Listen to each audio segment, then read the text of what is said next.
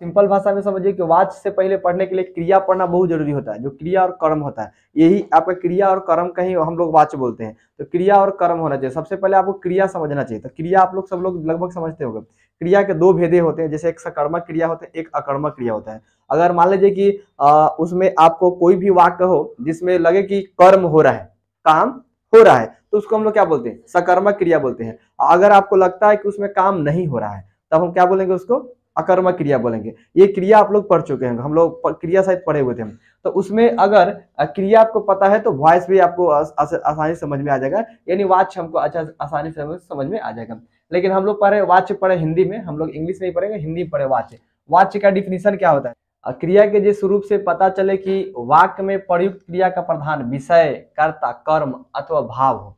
यानी वाच्य हम तभी समझेंगे जब हम कोई भी मेरे पास अगर वाक्य आता है तो वाक्य में हम समझेंगे कि उसमें सबसे पहले जो क्रिया है वो क्रिया के भाव क्या है, फिर कर्म है तो फिर कैसा कर्म है। ये सब अगर हम समझ जाते हैं तो समझिए कि हम लोग सारे वाच्य को समझ जाएंगे। यानी आप सिंपल वे में बोल सकते हैं, सिंपल भाषा में बोलिएगा कि क्रिया के जिस रूप से पता चले, कोई भी क्रिया हो अगर उससे आपको पता चलता है। अभी क्रिया बता दें, दो तरह से क्रिया होते हैं, एक तो होते हैं सकर्मक क्रिया और एक होते हैं अकर्मक क्रिया। हो सकता है कि जिस पर काम पड़ता है, यानी जिस पर काम पड़े, यानी आपको वाक्य में लगे कि काम हो रहा है, उसे हम क्या बोलेंगे? सकर्मक क्रिया। और जिस वाक्य से पता चले कि काम उसमें नहीं हो रहा है, उसे हम क्या बोलेंगे?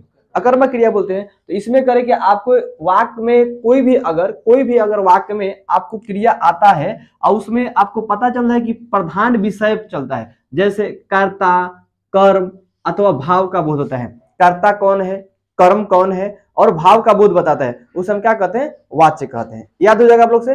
सिंपल वे में करना क्या है कि क्रिया के जिस रूप से पता चले कि, यानी आपको ज्ञात हो कि कोई भी अगर आपके पास क्रिया उसे ज्ञात हो जाना चाहिए, आपको मालूम हो जाना चाहिए, पता चल जाना चाहिए। अगर उसमें क्या क्या चीज प्रधान विषय में आपको यह पता होना चाहिए, कर्ता, कर्म अथवा भाव है। उसमें क्या क्या चीज है? कर्ता है, कर्म है अथवा क्या है? भाव है। तब हम क्या समझेंगे? वाच्य समझेंगे, यानी उसे वाच्य कहते हैं। आगे समझ में, यानी जिस क्रिया से हमें ज्ञात हो, यानी जो कोई भी क्रिया हो उससे हमको ज्ञात होना चाहिए, पता होना चाहिए, मालूम चलना चाहिए कि क्या क्या चीज हो उसमें। आपको क्या क्या चीज होना चाहिए? कर्ता होना चाहिए और क्या होना चाहिए? कर्म होना चाहिए, भाव होना चाहिए। ये अगर तीनों है तो हम क्या समझेंगे? वाच्य में समझेंगे। अब यहाँ पर देखते हैं कि कर्ता, कर्म, और तो आपको पढ़े हो कर्ता क्या होते हैं, कर्म क्या होते हैं, भाव क्या होते हैं, ये सब आप लोग पढ़े होंगे। लेकिन यहाँ पर देखिए वाच्य का भेद देखते हैं। वाच्य का जो भेद होता है वो एक होता है आपको कर्तुवाच्य होता है, दूसरा का कर्मवाच्य होता है, तीसरा का भाववाच्य होता है। अगर हम बात करते हैं तो देखिए, एक तो आपको कर्तुवाच्य होता है और एक हो गया, और एक में आपका अकर्तुवाच्य होता है।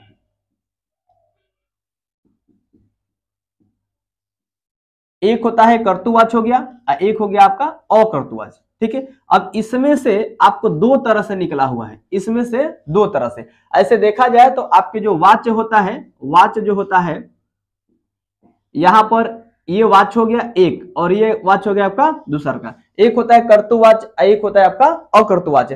अकर्तुवाच्य से दो तरह से बना है, अकर्तुवाच्य जो है उससे दो तरह से बना है। तो एक कर्मवाच्य बना है, एक भाववाच्य। एक आपको बन गया है कर्मवाच्य, याद आप लोग रखिएगा, कर्मवाच्य। एक आपको बन गया है भाववाच्य। ये दो गो बना है। लेकिन ये आपको कभी भी अकर्तुवाच्य का प्रश्न आता है कि अकर्तुवाच्य में, तो इसे पता नहीं चलता है कि कर्मवाच्य वाला है कि भाववाच्य वाला है, इसलिए इसको हटाकर और यही दोनों हम लोग पढ़ते हैं। अब पता नहीं चलेगा कि अकर्तुवाच्य में क्या है, कर्म वाला है या भाव वाला है, इसलिए ऐसे आपको वाक्य में पता चल जाता है कि भाव उसमें उत्पन्न हो रहे हैं, वाक्य में पता चल जाता है कर्म उसमें है। लेकिन आपको भाव कर्म के बावजूद भी अगर अकर्तुवाच्य बोलेंगे तो कैसे बोलेंगे? कर्म वाला अकर्तुवाच्य बोलेंगे कि भाव वाला बोलेंगे, इसलिए इसको हटाकर हम यही दोनों पढ़ते हैं। इसलिए मेरा अगर वाच्य की बात करते हैं तो वाच्य के प्रकार कितने होते हैं? तीन प्रकार। ऐसे देखा गया तो कर्तुवाच्य होता है, अकर्तुवाच्य होता है, दो हो रहे हैं। लेकिन दो में से फिर ये भी तो निकला हुआ ना, दो में से भी निकला हुआ है कर्मवाच्य और कौन सा आपका? भाववाच्य। तो इसलिए हम क्या बोलेंगे? कर्तुवाच्य, कर्मवाच्य, भाववाच्य। इसलिए यहाँ पर देखिए लिख दिए कर्तुवाच्य, कर्मवाच्य, भाववाच्य। यानी हम देखेंगे वाच्य के प्रकार कितने होते हैं? तीन होते हैं। ये लगभग अक्सर पूछे जाते हैं बड़े बड़े कंपटीशन में भी, और आपके तो एग्जाम में 100% यही आएगा कि आपको वाच्य के प्रकार बस 1 2 3 4 दिया रहेगा, बस एक वो हर साल पूछता है और एक पूछेगा। एक हम बनाने के बताएंगे, कर्मवाच्य से कर्तुवाच्य कैसे बनेंगे,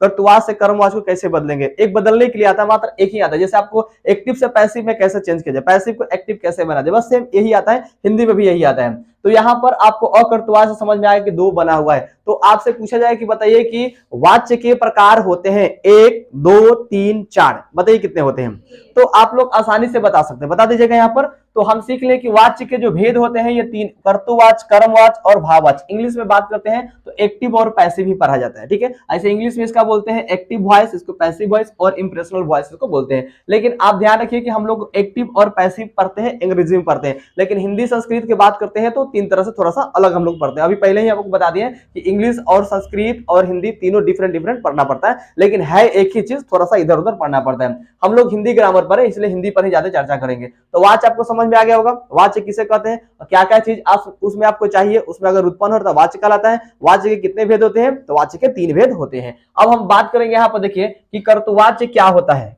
अब आता है क्वेश्चन कि कर्तुवाच्य क्या होता है। देखिए यहाँ पर एक में हो गया आपका कर्तुवाच्य हो गया। आपको कर्तुवाच्य में यहाँ पर सिंपल देना है, क्रिया के जिस रूप में, सब क्रिया ही है, करेक्ट, क्रिया के जिस रूप में कर्ता प्रधान हो, प्रधान तो होगा, सब प्रधान होगा, लेकिन ये आपको कर्तुवाच्य में क्या प्रधान होने का चर्चा हो रहा है, सिर्फ कर्ता प्रधान हो, काम करने वाला क्या हो, प्रधान हो। अब इसमें कर्ता अगर प्रधान है तो मान लीजिए कि अलग है, और काम करने वाला प्रधान है वो भी अलग है, तो कर्ता और कर्म दोनों आपका अपना अपना जगह पर प्रधान होगा, दोनों अपना अपना जगह पर प्रधान है। लेकिन इसमें आपको कर्तुवाच्य में सिर्फ क्या होना चाहिए, कर्ता ही प्रधान होना चाहिए, कर्म प्रधान नहीं होना चाहिए, सिर्फ कर्ता प्रधान होना चाहिए। तो यहाँ पर ध्यान दीजिए, क्रिया के जिस रूप से आपको पता चले कि कौन प्रधान होना चाहिए, कर्ता प्रधान हो, उसे हम कौन सा वाच्य बोलते हैं, कर्तुवाच्य बोलते हैं। आगे समझ आप लोगों को, इसमें क्या चीज प्रधान होना चाहिए, कर्ता होना चाहिए, कर्म नहीं होना चाहिए, सिर्फ कर्ता प्रधान होना चाहिए। ऐसे अपने अपने जगह पर हर वाक्य में कहीं ना कहीं प्रधान है, कभी कर्म प्रधान होता है, कभी आपको कर्ता प्रधान होता है, हर वाक्य में कहीं ना कहीं सब प्रधान है। लेकिन हमें कर्तुवाच्य में सिर्फ सीखना है कि क्या चीज प्रधान रहता है, कर्ता प्रधान रहता है। यानी हम वाक्य में सीख ले, क्रिया के जिस रूप में हमको कर्ता प्रधान दिखता है उसे क्या कहते हैं, कर्तुवाच्य कहते हैं। जैसे यहां पर देखिए, जैसे यहां पर हम बात करते हैं, राम लिखता है या पत्र लिखता है, यहां पर राम पत्र लिखता है। अच्छा, इसमें सबसे पहले बताइए कि राम पत्र क्या करता है, लिखता है। तो यहां पर लिखने का काम कर रहे हैं, राम के द्वारा पत्र लिखा जा रहा है। तो ऐसे नहीं ना कि राम के द्वारा लिखा है, राम खुद से स्वयं लिख रहे हैं, इसके द्वारा नहीं लिखा जा रहा है, राम खुद से लिख रहे हैं यहाँ पर। तो राम पत्र क्या करता है, लिखता है। तो इसमें राम पत्र लिखता है। अब हम इसमें खोजें कर्ता और कर्म, ये सब खोजेंगे ना, तो बताइए इसमें कर्ता क्या है, इसमें कर्ता क्या है, बताइए इसमें कर्ता क्या है, तब तो इसमें जानेगा ना, कर्ता होना चाहिए, कर्म होना चाहिए। हम लोग इसमें से निकालेंगे कर्ता, अगर कर्ता पता चल जाता है तो क्या है आपका कर्तुवाच्य में, आपसे ये पूछा जाएगा कि बताइए, तो इसमें बताइए कि कर्ता क्या है। देखिए जो यहां पर आप समझ रहे, राम है, पत्र है, लिखता है, यहां पर है ना आपको, तो बताइए कि इसमें आपको जो क्रिया में कर्ता है वो कौन है।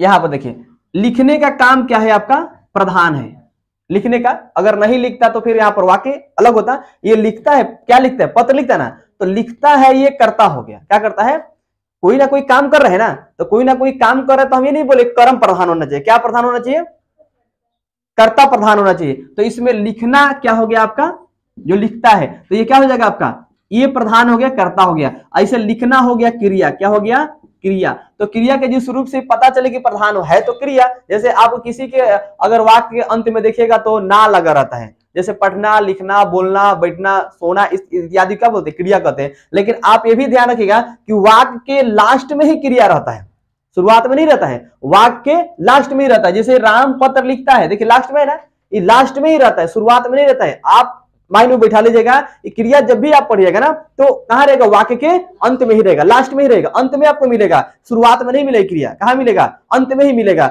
और आपको ऐसे भी समझना जिसके अंत में ना हो, ऐसे जरूरी नहीं है कि ना है। जैसे मान लीजिए कि पढ़ रहा है, लिखता है, इसमें ना कहां है, लेकिन फिर भी पढ़ना, लिखना, अगर इसको हम लिखना बोलेंगे तो ना रहे ना, तो ना रहेगा तभी हम समझ जाते हैं। लेकिन हम यहाँ पर समझेंगे कि वाक्य के अंत में ज्यादातर क्रिया रहता है, तो वाक्य के अंत में क्रिया होता है। तो अब बताइए कि राम क्या करता है, पत्र लिखता है, तो इसमें प्रधान कौन होगा, लिखना क्या हो जाएगा, प्रधान, लेकिन कर्ता प्रधान है। कौन प्रधान है, कर्ता, कर्म नहीं, कर्ता प्रधान है। एक और एग्जाम्पल लिखिए, महेश किताब पढ़ता है। अब बताइए, इसमें बताइए महेश किताब पढ़ता है। अब बताइए तो इसमें पढ़ना जो है क्या हो गया, करता है, यानी ये प्रधान है, ये पढ़ना जो है ये क्या प्रधान हो गया और वो भी कर्ता हो गया, यानी ये क्या हो गया, कर्ता। कर्म नहीं हो, क्या हो गया, कर्ता।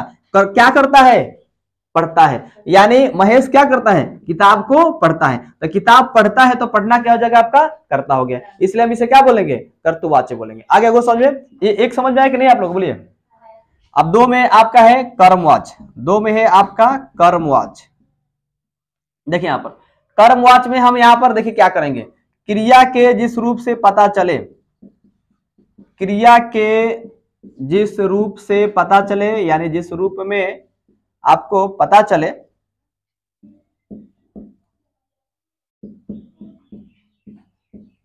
पता चले कि अब इसमें क्या प्रधान था, कर्ता, तो इसमें क्या प्रधान रहेगा, कर्म प्रधान रहे, यानी कर्म प्रधान रहे, उसे क्या कहते हैं, बोलिए, उसे हम लोग क्या बोलते हैं, कर्मवाच्य बोलते हैं, कर्मवाच्य कहते हैं।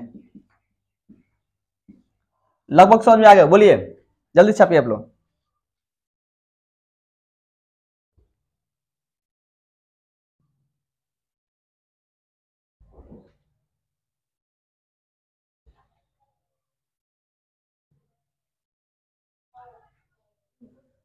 हो गया। अब यहां पर ध्यान दीजिए, कर्मवाच्य हम तो समझ गए कर्तृवाच्य को, कर्मवाच्य यहां पर देखिए, क्रिया के जिस रूप से पता चले, क्रिया का कोई भी रूप हो और उससे पता आपको चल जाए, पता चलना चाहिए आपको, जब तक ज्ञात नहीं होगा, मालूम नहीं होगा, तब तक आप बता नहीं सकते। पता चले कि कर्म प्रधान हो, क्या रहे आपका प्रधान, कर्म, कर्म प्रधान रहे तो हम क्या समझेंगे, बोलिए, कर्मवाच्य समझेंगे। जैसे यहां पर थोड़ा सा एग्जांपल से बात करते हैं, जैसे देखिए अभी हमने लिखे हैं कि महेश किताब पढ़ता है, राम पत्र लिखता है, लिखता है यहां पर। अगर हम किसी का नाम यहां पर लेते हैं, जैसे मान लीजिए यहां पर है रमेश ही की बात करते हैं, रमेश के द्वारा, रमेश के द्वारा किताब या पत्र लिखा जाता है, क्या किया जाता है, लिखा जाता है।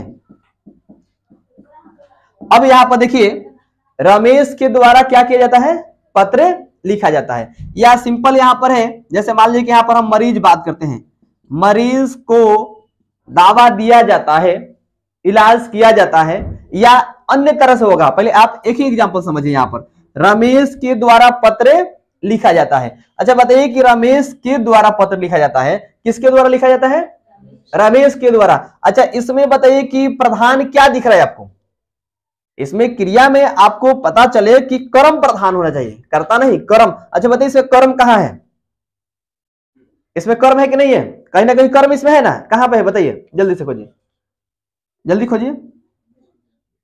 इसमें करें कि रमेश के द्वारा, किसके द्वारा, रमेश के द्वारा, यानी आपको अगर बात करते हैं, देखिए नाम जो होता है तो संज्ञा है, आपको सबको पता है, नाम से आपको नहीं देना है। सकर्मक अकर्मक क्रिया में आप समझिए कि क्रिया हो गया, लेकिन आपको वाच्य समझते समय, वाच्य को बनाते समय, आपको वहां पर सिलेक्ट करते समय आपको यह भी ध्यान देना है कि जो सजीव वस्तु होते हैं ना उसको छोड़ देंगे, सजीव वस्तु को छोड़ देंगे, निर्जीव वस्तु को ही लेंगे। सजीव वस्तु को छोड़ देना है, जैसे राम श्याम गीता सीता एनीवेयर कुछ भी आ सकता है, उसको तो छोड़ ही देना है। सजीव जितने वस्तु है, जैसे आप मैं और बहुत सारे, उसको आपको क्या करना है, छोड़ देना है। क्यों छोड़ना है, क्योंकि आप इसको जब तक छोड़िएगा नहीं तब तक क्या हो जाएगा, ये अब गलत हो जाए, क्योंकि ये तो संज्ञा में आते हैं, इसको तो छाट ही देंगे, समझा गया। तो अब देखेंगे रमेश के द्वारा पत्र लिखा जाता है। अच्छा इसमें कर्म क्या है, कहीं ना कहीं कर्म हो रहा है ना, पत्र लिखने का काम हो रहा है, तो पत्र लिखा जाता है, तो ये तो ठीक है, लिखने का तो काम हो रहा है, ये हमको पता है कि इसमें जो करता है प्रधान है, लेकिन इसमें ये वाक्य में कौन प्रधान है, तो रमेश के द्वारा, यानी रमेश के द्वारा जो है ये क्या हो जाएगा, आपका प्रधान हो जाएगा। तो कर्म प्रधान हो रहा है, काम तो हो रहा है, किसके द्वारा हो रहा है, रमेश के द्वारा हो रहा है, यानी ये वाक्य क्या हो जाएगा, कर्मवाच्य हो जाएगा। अब इसी को यहां पर है महेश किताब पढ़ता है, महेश के द्वारा किताब पढ़ा जाता है। आ गया। अब रमेश के द्वारा किताब पढ़ता है, ये नहीं होगा, वाक्य गलत हो जाएगा।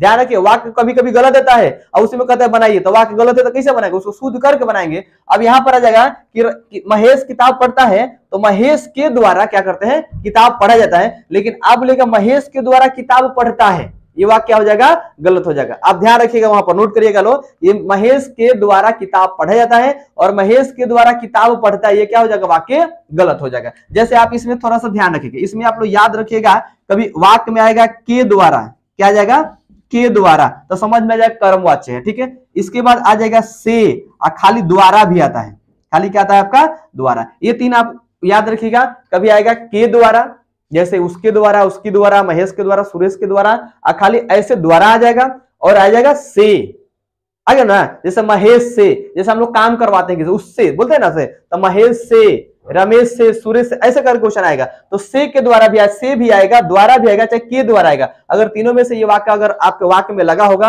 आप समझिएगा कौन से वाच्य आपका कर्मवाच्य बोला जाता है। लगभग आपको समझ में आ गया, बोलिए आगे समझे। यानी जिस क्रिया से आपको पता चले कि कर्म प्रधान हो, कर्ता प्रधान हो, क्या प्रधान होना चाहिए, कर्म प्रधान होना चाहिए, उसे हम लोग क्या बोलते हैं, कर्मवाच्य बोलते हैं। तो लिखिए, रमेश के द्वारा पत्र लिखा जाता है, रोगियों की दवा दी जाती है, ऐसे बहुत सारे हैं। आगे सुनिए, भाववाचक में आप लोग संज्ञा भी पढ़े, इसे पता आपको चल गया होगा। भाववाचक में क्रिया के जिस रूप से पता चले, ना तो इसमें कर्म प्रधान हो और ना ही इसमें कर्ता प्रधान हो, इससे आपको ज्ञात हो जाना चाहिए कि इसमें क्या क्या चीज आपको प्रधान नहीं होना चाहिए। कर्म भी प्रधान नहीं होगा और क्या नहीं प्रधान होगा, कर्ता भी प्रधान नहीं होगा। तो प्रधान क्या होगा आपको, तो इसमें सिर्फ पता चले कि क्रिया जो है, क्रिया का भाव प्रधान, क्रिया का भाव उसमें उत्पन्न होना चाहिए, यानी क्रिया का भाव ही प्रधान इसमें होता है। यानी आपको क्रिया के भाव अगर उसमें है तो समझिए वही क्रिया के भाव ही भाववाचक कहलाते हैं, यानी क्रिया के भाव उसमें होना चाहिए, उसी को हम क्या कहेंगे, भाववाचक कहेंगे। जैसे एग्जाम्पल की बात करते हैं, जैसे, अरे सुने नहीं बुझा रहा आप लोगों को, जैसे भाववाच्य,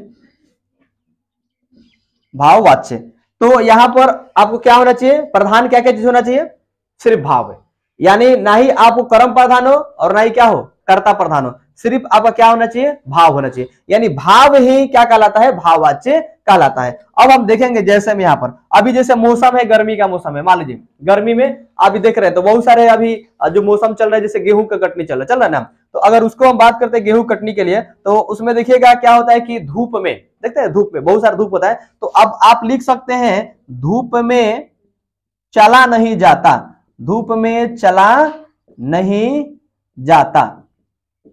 अब देखिए यहां पर धूप में चला नहीं जाता, बताइए तो इसमें कर्म और कर्ता है नहीं ना, सिर्फ भाव उत्पन्न हो रहा है कि धूप में चला नहीं जाता। तो ये क्या हो जाएगा, बताइए धूप में चला नहीं जाता। जैसा भी मौसम है आपका, जैसे होता है बोझा लेके चला नहीं जाता, तो खैर बोझा आप कहता है उसमें भाव उत्पन्न होना चाहिए। अगर धूप में चला नहीं जाता, अरे समझना, धूप में चल, अच्छा यहां पर देखिए एक और आप देख लीजिए, चला नहीं जाता, यहां पर एक और देखिए, मोहन से, यानी मोहन से चला नहीं जाता, चला नहीं जाता, मोहन से क्या होता है, चला नहीं जाता, दौड़ा नहीं जाता, भाव उत्पन्न हो रहा है ना, चला नहीं जा रहा है, दौड़ा नहीं जा रहा है, यानी उसमें क्या हो रहा है, भाव उत्पन्न हो रहा है। यानी समझिए धूप में चला नहीं जाता, मोहन से दौड़ा नहीं जाता, चला नहीं जाता, हमसे लिखा नहीं जाता, बोला नहीं जाता, ये सब क्या उत्पन्न हो रहा है, भाव उत्पन्न हो रहे हैं, तो उसे हम क्या कहेंगे, भाववाच्य कहेंगे। आगे समझना, यानी जिस क्रिया से आपको पता चले कि ना कर्म प्रधान हो और ना ही कर्ता प्रधान हो, उसे कौन सा वाच्य कहेंगे,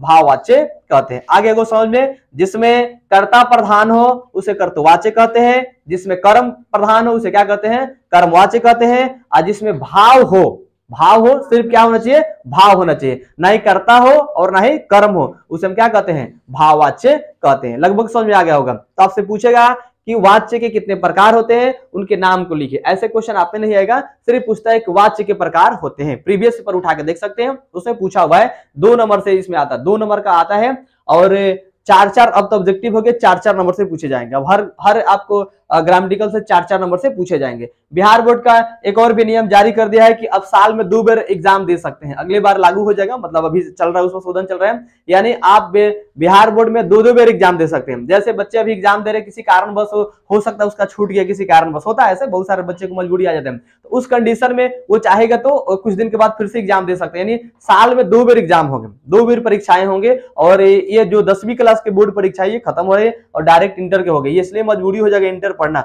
और वैल्यूड किसका रहेगा, तो बीए करिए ग्रेजुएशन करिए उसी का वैल्यूड रहेगा। बाकी इंटरमीडिएट के समझिए कि जैसे मैट्रिक पास करता था तो वैल्यूड नहीं था, आज उसी तरह से इंटर का भी वैल्यूड धीरे धीरे हटा देगा। आप ग्रेजुएशन पास करेगा तभी आपका वैल्यूड रहेगा। लेकिन आप समझ में यहाँ पर आ गया होगा कि बोर्ड जब भी कुछ भी करे, जो भी चीज है यही चीज पूछेगा, इससे अलावा पूछने वाला नहीं है। लेकिन देखिए सारे चीज एग्जाम में ही पूछे जरूरी है नहीं है, सभी चीज आप जो पढ़ते हैं एग्जाम में ही पूछे ये जरूरी नहीं है। जरूरी ये है एग्जाम में पूछे या ना पूछे, हमारे लाइफ में जो ये चीज आ रहा है कुछ बदलाव कर रहा है कि नहीं कर रहे। हम लोग पढ़ रहे हैं बदलाव के लिए पढ़ रहे हैं, पढ़ेंगे शिक्षा जब आएगा तो कुछ ना कुछ बदलाव होगा, कुछ डिफरेंट होंगे। तो जरूरी नहीं है कि सिर्फ एग्जाम में ही आए, जरूरी ये होना चाहिए कि इसे पढ़ने के बाद कुछ बदलाव हो रहा है कि नहीं हो रहा है, आपके अंदर बदलाव होना चाहिए। इसके अंदर मान लीजिए कि बहुत सारी चीजें बदलाव हो रहा है, उसी तरह मनुष्य के अंदर भी बदलाव होने चाहिए। जरूरी नहीं कि सिर्फ एग्जाम में पूछेगा तो एग्जाम ही ले पड़े, एग्जाम के बाद भी पूछता है। तो एग्जाम के बाद कहाँ पूछता है, आपके बैठने खाने दौड़ने चलने सारा चीज पर ये सब क्रियाएं डिपेंड करती है। और दुनिया के हर कंपटीशन में ये पूछे जाते हैं, दुनिया के जितने सारे कंपटीशन होते हैं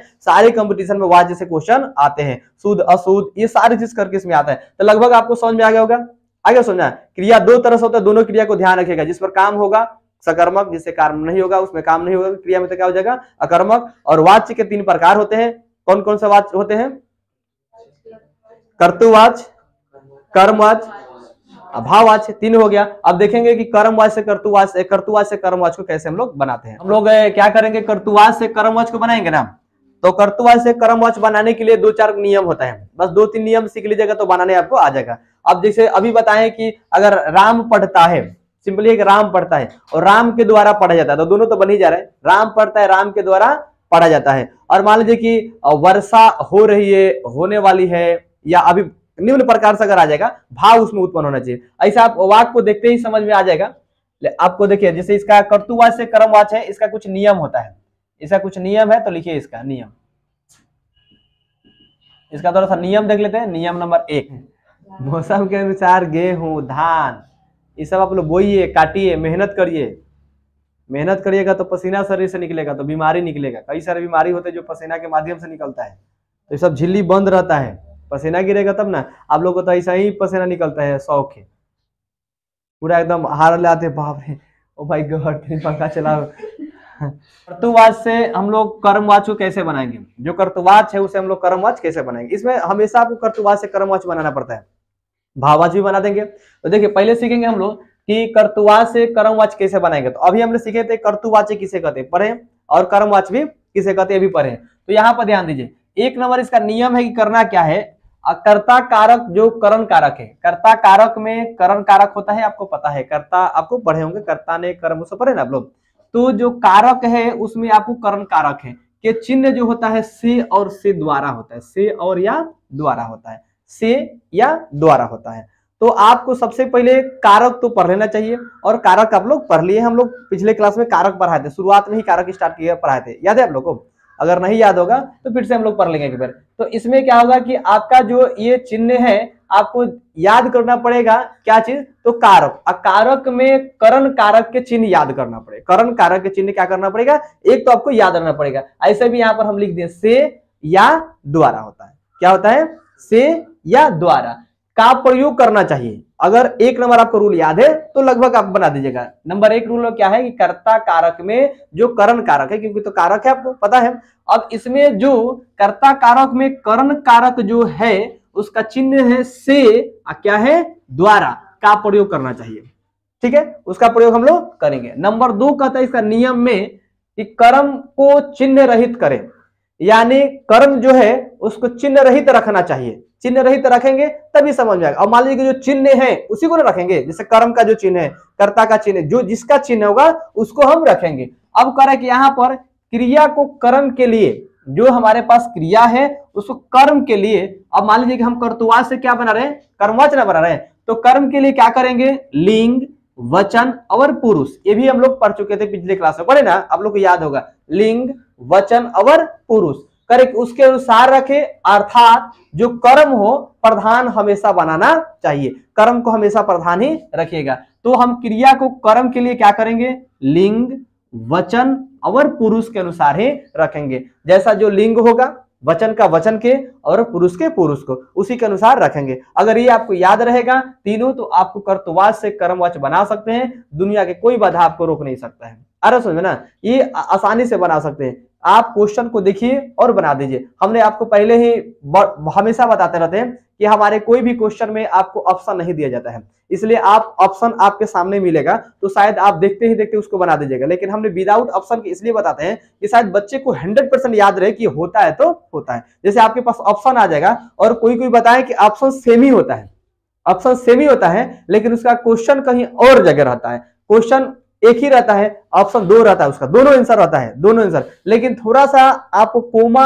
हर्षाई दीर्घाई पर डिपेंड करता है, और वहीं पर बच्चे अक्सर गलती करते हैं। अब मान लीजिए जन्म मृत्यु, किसी बच्चा को जन्म याद है, मृत्यु भी याद है, और क्वेश्चन डिफरेंट टाइप पर पूछ दिया है, तो वो क्या करेगा, कहाँ का रहने वाला, जन्म मृत्यु याद कर गया है और कहाँ का रहने वाला उसको पता ही नहीं है। तो इसलिए क्या होता है कि ऑप्शन खोजेगा कि 4 ऑप्शन दीजिए। और कितना बच्चा क्या होता है कि ऑप्शन बार बार मांगता है, जैसे बार बार मांगता है ऑप्शन मांगता है। जैसे आपसे पूछेंगे बताइए कि भारत के प्रथम राष्ट्रपति कौन थे, तो आप बोलेगा ऑप्शन दीजिए, ठीक है। एक बच्चा बार बार ऑप्शन दीजिए, उसको याद है लेकिन फिर भी मांग रहा है ऑप्शन। आपसे पूछेंगे कि बताइए कि बिहार के मुख्यमंत्री कौन है, तो वो एक ऑप्शन दीजिए, बार बार ऑप्शन मांगे। आपके पापा का नाम क्या है, तो ऑप्शन दीजिए, अरे पापा के नाम पे भी ऑप्शन मांग रहे हैं। तो कुछ बच्चे ऐसे होते हैं कि क्या करते हैं, हमेशा ऑप्शन वो मांगते हैं। तो उस कंडीशन में अगर ऑप्शन आप ले रहे हैं तो समझिए कि पापा के नाम में भी क्या हो जाएगा, ऑप्शन लेना पड़ेगा। इसलिए थोड़ा सा आप ध्यान रखिए कि विदाउट ऑप्शन के। अक्सर भी आप लोग को हम जो भी टेस्ट सीरीज है उसमें तो ऑप्शन देते हैं, लेकिन हम जितने क्वेश्चन आपसे पूछते हैं विदाउट ऑप्शन के पूछते, इसलिए कि आपको 100% याद होनी चाहिए। यहाँ पर देखिए, अब हम सीखेंगे यहाँ पर कि अब तो सीख लिए ये तीनों रूल है, तीनों रूल का आप याद रखेंगे बन जाएगा। कर्तुवाच को देखते हैं यहाँ पर, देखिए यहाँ पर ध्यान से,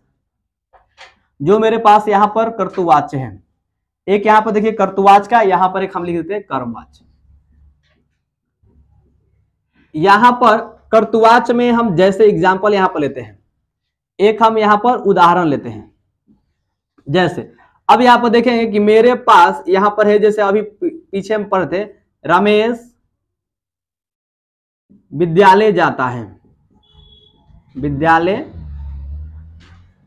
जाता है, रमेश पढ़ने जाता है, या अन्य बहुत प्रकार के आपके पास कर्तुवाच आ जाएगा। अरे समझ ना, रमेश विद्यालय जाता है, पढ़ने जाता है, या अन्य किसी भी प्रकार से आपके पास वाक्य आ जाएगा।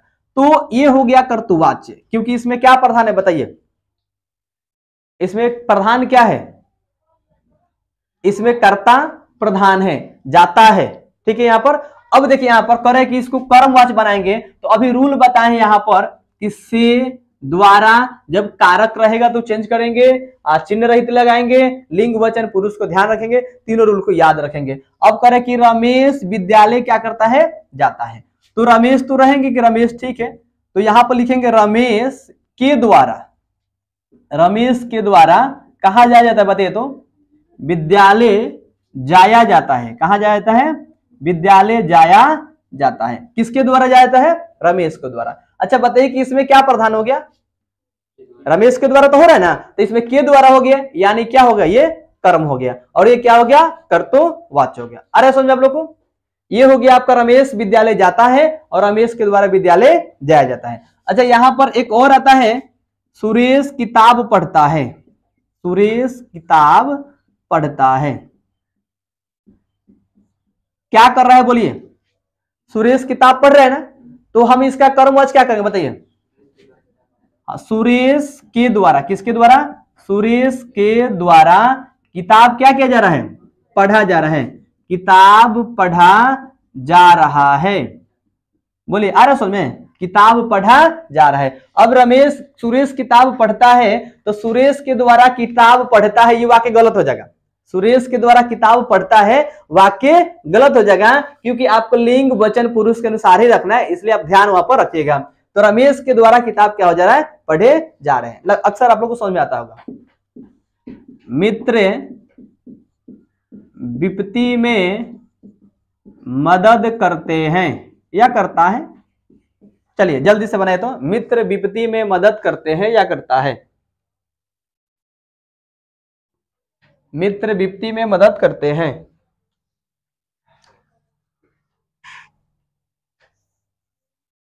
बोलिए मित्र विपत्ति में क्या करते हैं, मदद करते हैं। और पता है कि मित्रता तभी होती है जब आपके दुख सुख या हर चीज में शामिल होते हैं। मित्रता की अगर सच्ची कहानी देखी जाए तो मित्रता इसलिए बनाए थे कि दुख सुख में काम आने के लिए, इसलिए मित्रता यहाँ पर करें, मित्र विपत्ति में क्या करते हैं, मदद करते हैं। तो बताइए इसका आपको, ये तो कर्तवाच्य हो गया क्योंकि यहाँ पर कर्ता हो रहा है। अब कर्म में क्या बनाएंगे, जल्दी फास्ट में बनाइए।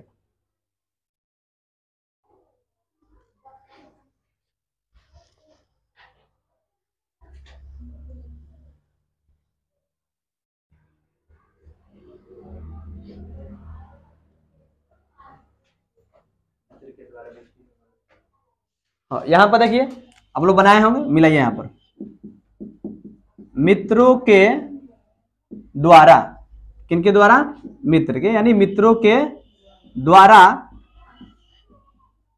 मित्रों के द्वारा विपत्ति में मदद की जाती है, की जाती है। ये मदद करते हैं इसलिए की जाती है। मदद कर रहा है तो क्या हो जाएगा, मदद कर रहा है तो वाक्य चेंज हो जाएगा। लेकिन इसमें है कि मित्र विपत्ति में मदद करते हैं, तो मित्रों के द्वारा विपत्ति में मदद की जाती है। आ रहा, समझ नहीं आ रहा है, मित्रों के द्वारा क्या होते हैं, विपत्ति में मदद की जाती है। एक और वाक्य आप बना के दिखाइए।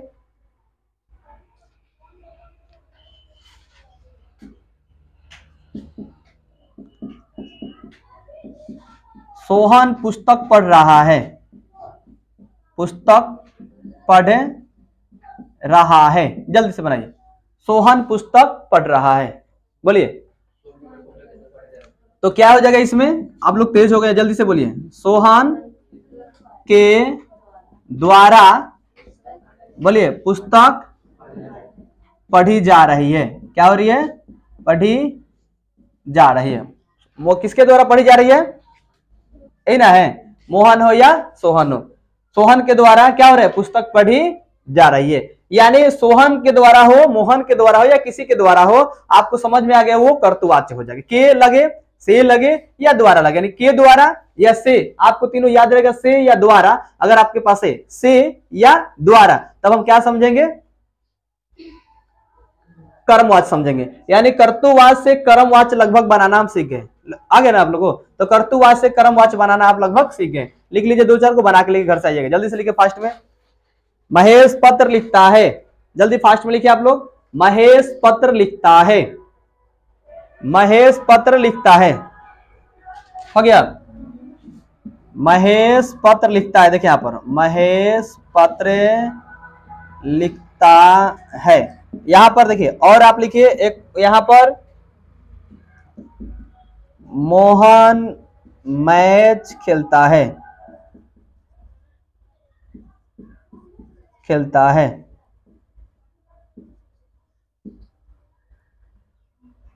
खेलने जाएंगे।